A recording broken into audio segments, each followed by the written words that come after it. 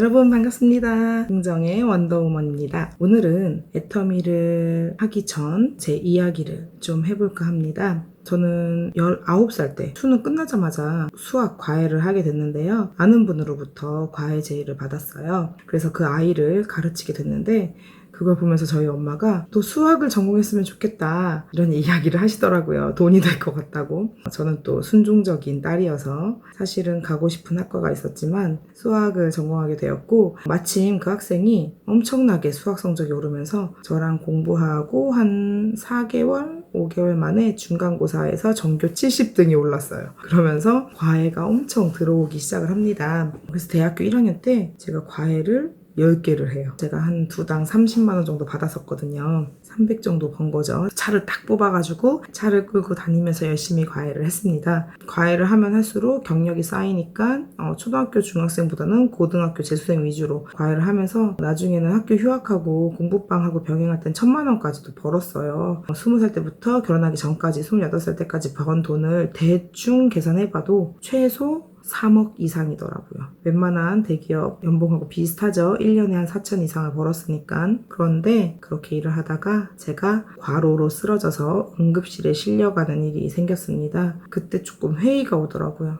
내가 왜 이렇게까지 돈을 벌었을까? 좀 이 생활을 접고 싶다. 어디에서 좀 쉬고 싶다. 그런데 제가 돈을 벌어서 이제 쓰는 데가 있었겠죠. 가족들한테도 쓰고 제 학비로도 쓰고. 제가 돈을 안 벌면 누군가 저한테 돈을 벌어다 줘야 되잖아요. 하지만 부모님이 그런 상황은 아니었었고 벗어날 수 있는 길이 결혼밖에 없다는 생각을 했어요. 다행히 그때 당시 만나고 있던 남자친구가 대학병원에 떡하니 합격을 합니다. 저희 남자친구도 정말 마음고생 많았어요. 월급이 대학병원의 60% 정도밖에 안 돼요. 일반 병원이. 그래서 다들 대학병원에 가고 싶어 하는데 다행히 저희 남편은 졸업과 동시에 딱 한 명 뽑는데 턱 붙었어요. 그래서 저희는 28살의 나이에 결혼을 했습니다. 집도 샀죠. 대출을 가득 받아서. 남편이 이러더라고요. 은혜야, 우리 통장 쪼개기 잘해서 돈 열심히 알뜰살뜰 모아서 이 빚 다 갚고 또 대출 받아서 30평으로 이사 가자. 나름 통장 쪼개기를 하면서 이렇게 생활을 했는데 아이 낳기 전까진 괜찮았어요. 사는데 별로 크게 무리도 없었고 여유도 좀 있었는데 제가 집에서 아이를 키우기 시작하면서 조금씩 쪼들리기 시작합니다. 제가 계산을 해봤어요. 우리가 지출이 어떻게 되는지 수입이 어떻게 되는지. 근데 보통은 딱 맞더라고요. 조금 남을 때도 있고 조금 모자랄 때도 있고 해서 전체적으로 딱 맞는데 무슨 일이 생기면 경조사가 있던가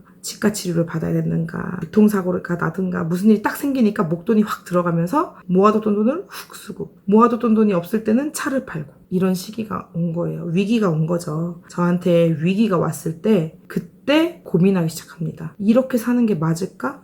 남편은 애를 하나 더 낳채요. 근데 애 하나 키우는데 우리나라에서 평균 3억이 들어간대요. 애 하나 키우면서도 이렇게 빠듯한데 애 하나 더 낳으면 나는 일을 더 못할 거고 남편 월급으로 이거는 안 되겠다라는 생각이 들더라고요. 제가 앞서 찍은 영상에도 말씀드렸지만 위기를 기회로 바꾸는 방법의 첫 번째, 객관적으로 상황을 파악하기. 제가 그걸 참 잘하는 편이에요. 감정에 휘둘리지 않고 이성적으로 생각을 잘하는 편인데 제가 곰곰이 생각을 해봤어요. 남들은 다 좋은 직장이라고 하는데 좋은 직장이라고 하는 그 직장이 지금의 내 삶을 행복하게 만들어주지 않는다면 결국 좋은 직장이 아닌 거죠. 그러면 이 직업 말고 할 수 있는 게 있을까? 더 좋은 게 있으면 해야 되고 없으면 힘들어도 그냥 살아야죠. 하지만 찾아는 봐야죠. 저는 그때부터 찾기 시작했습니다. 내가 선택할 수 있는 어떤 것들이 무엇이 있을지, 어떤 걸 찾아봤는지